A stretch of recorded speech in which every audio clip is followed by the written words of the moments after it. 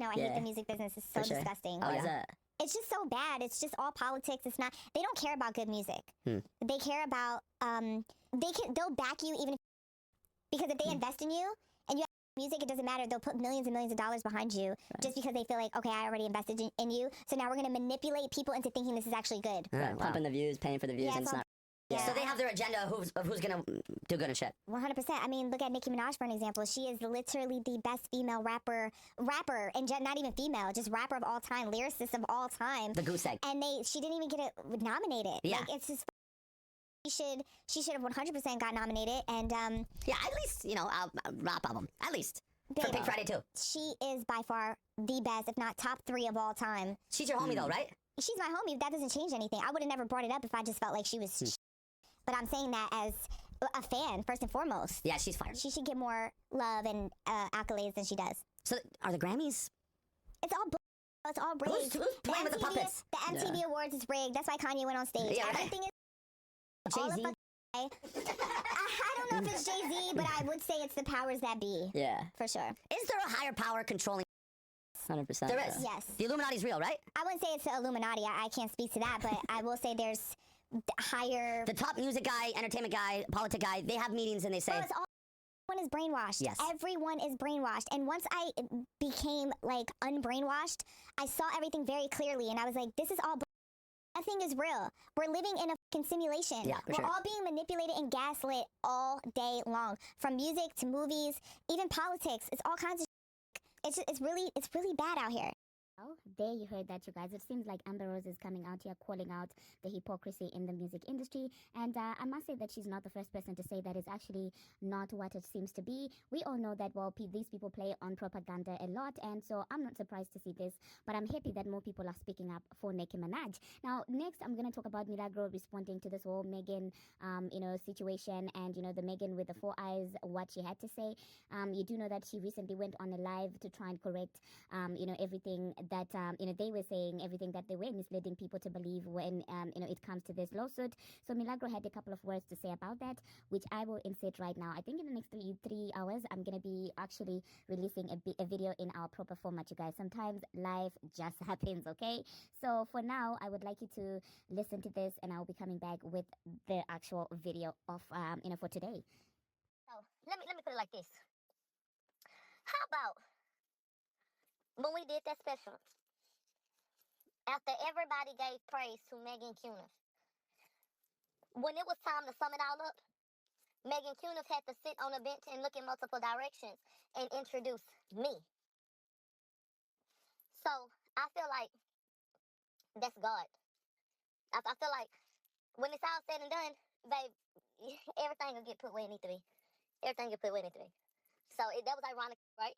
After everybody then gave her credit, when it was time for the shit to get summed up, they said, okay, now you introduce her.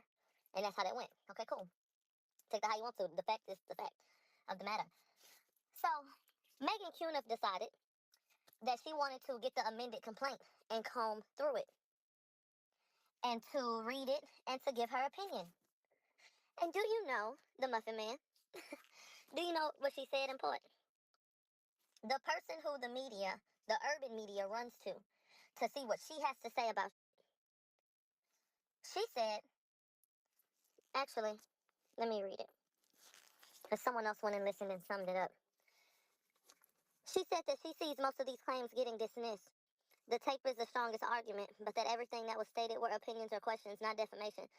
She said even if Tory paid Millie, that's not illegal, but that Megan's team is obviously trying to use that to argue their claims for intentional emotional distress. Also, she states that even if Millie called Megan an alcoholic, that's not defamation. And that Millie is allowed to say Tory's innocent and Megan's a liar. So, I just wanted to highlight another instance of the universe making certain people your footstool. And the universe deciding that since this is who y'all want to keep on going to, at every fucking turn when it's time to show them, okay, I'm going to make this be the person that says it, so you have to eat it. Same way she had to introduce me, same way she went through it and gave whatever her commentary was. I feel like what I continue to see is God making a fool out of y'all when it comes to me, at the very least. Honestly. So, I just thought that was ironic. I just thought that it was unexpected because she's so biased. So I didn't expect her to give an honest response. So, I know that Double XL just ran a headline. That's outrageous.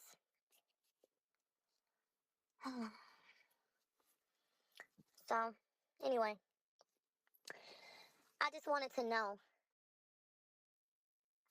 if the same urban media that hangs on to her every word, if y'all were gonna repost that.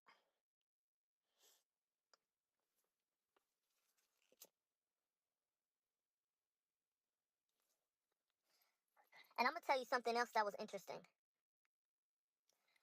She went online and made sure to note why it was dismissed. And I said,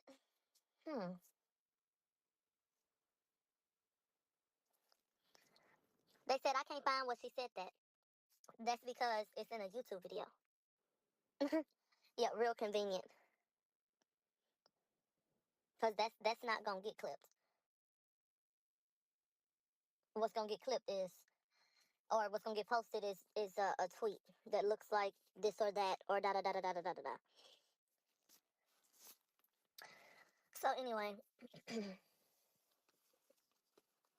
so it is Friday the 13th, and for some people, it's getting really, really spooky. And you know what? It's getting so spooky. I'm gonna drop a bomb at 7 o'clock in the morning.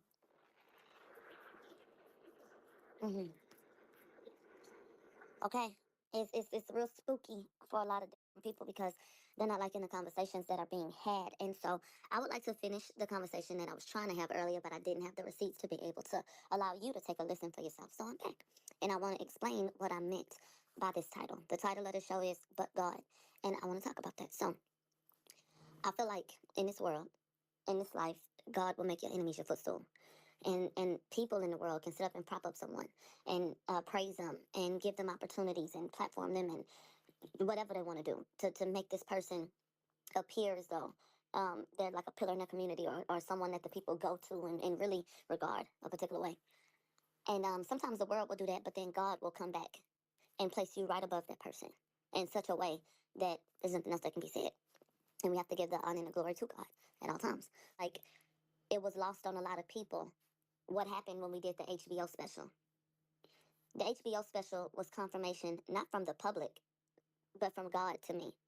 Because by the time we did the HBO special, Megan Cuniff had received all of the attention, all of the praise, all of the admiration, for the way that she covered the case.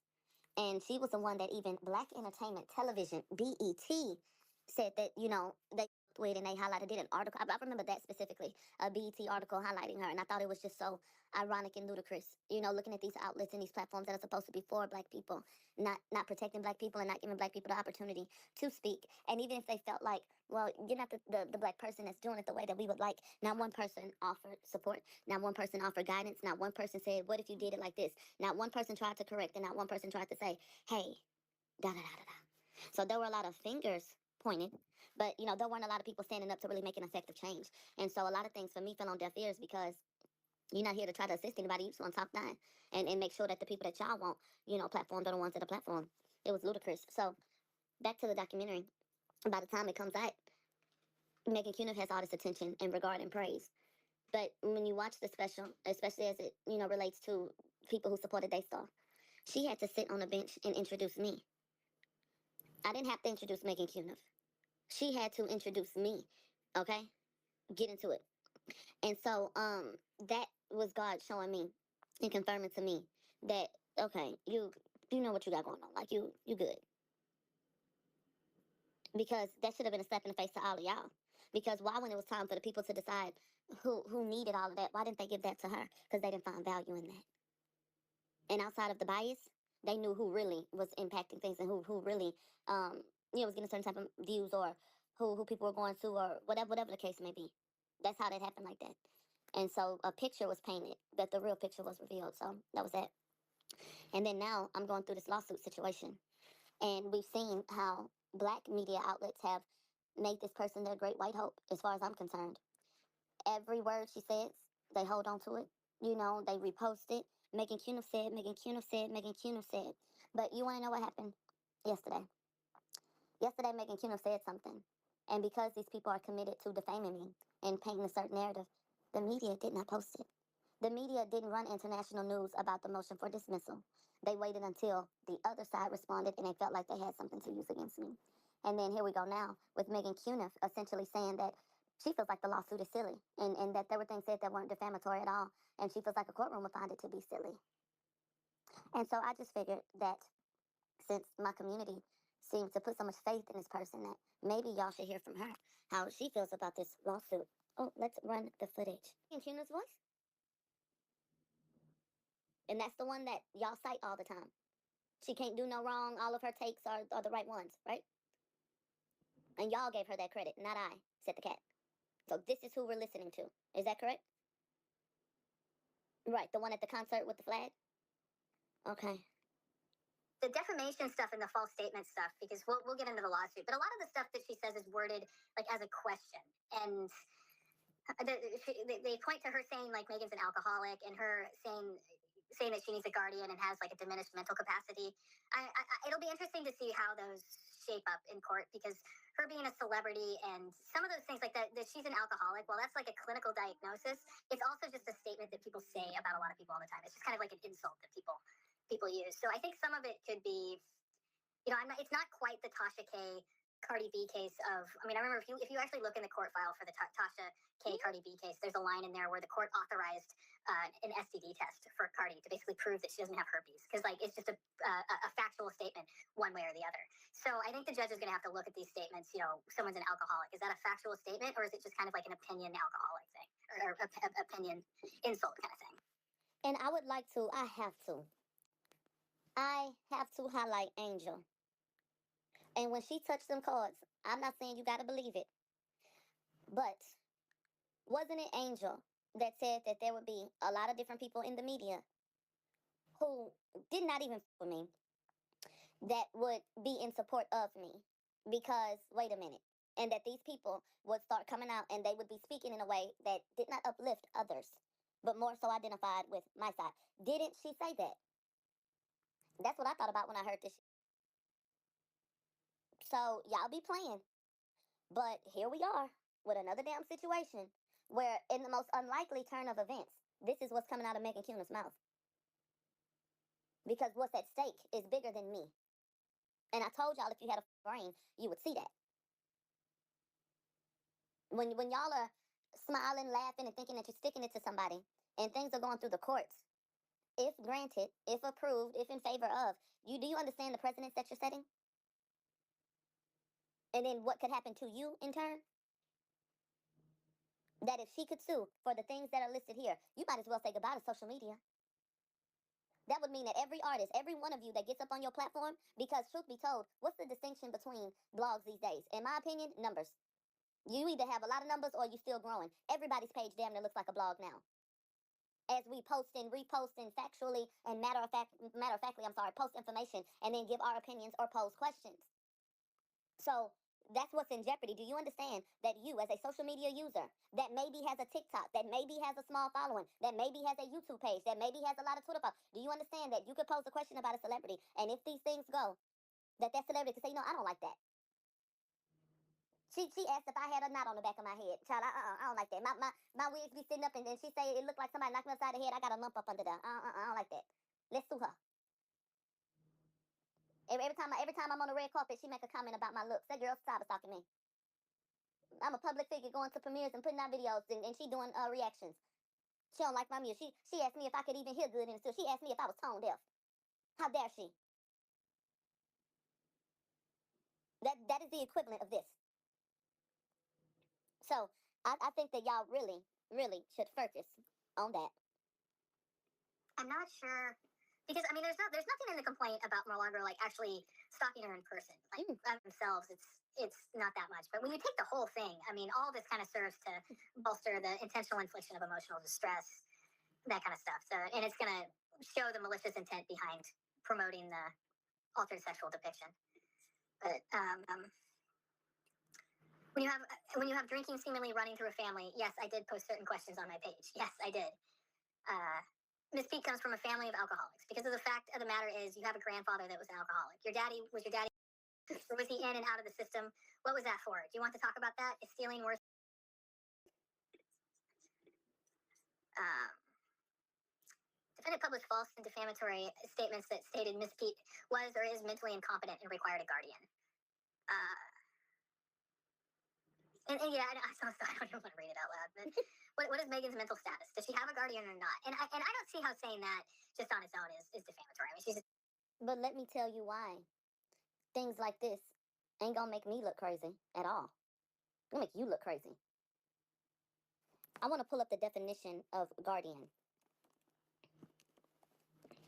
I'm gonna say guardian, the medical term. Because you're an adult, right? Do you have a guardian? I'm asking you. No, because you're able-bodied, correct? So, a medical guardian is a person or organization appointed by the court to make decisions about the medical care of another individual. Guardianships are court procedures that can be established for a variety of reasons. A person can be incapacitated, elderly. Guardianships can be, instituted because somebody's mental capacity is diminished. All kinds of different things.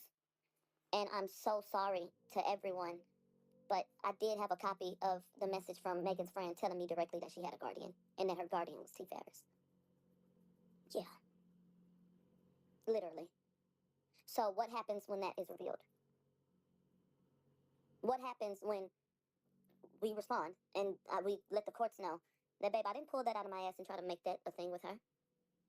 One of her best friends, the one that kept her dogs, she told me that directly. Upon Megan's mother dying, that he would take care of her, and she said verbatim, he's her guardian. I don't know adults with guardians. She would have been around 25 at that time. That's why I posed the question. That is very reasonable. And I absolutely can confirm that they have a relationship. Had one, at least, at that time for sure. So what happens when the public sees that? What questions get posed by them? Because then do they have a reason to believe? Well, then it could, because why? And then I do remember Kelsey saying that she did Megan's homework. So we have someone who's been accused of not doing their own coursework and someone who allegedly has a guardian for her best friend. So, I don't know.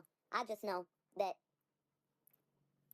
I learned to do this job a particular way a long time ago. And I've never spoken out of turn. Anything I've said literally comes from, well, and then I pose it as a question. Because I can't confirm it, but I can tell you where I got it from. But don't worry about it. We'll tell the judge, and then Megan Cunin will get up and read it, and then y'all will see where I got it from. That is what was said in part. Obviously, these are clips from an hour live that she did on YouTube. And so if you care to go and see it, go ahead. But those were the things that I felt like you guys needed to hear, that the media was neglecting to post, because, boom. Now, I want to read something to you because Megan Cunin also jumped in the comment section. And I have one more request, and I really need your help with this because I'm not going to remember. I remember the incident, but I don't remember the time frame. I caught T. Ferris and a trainer sitting up, mixing up. They want to talk about promoting things. Who remembers when I caught T. Ferris over there with a slushy machine mixing up illegal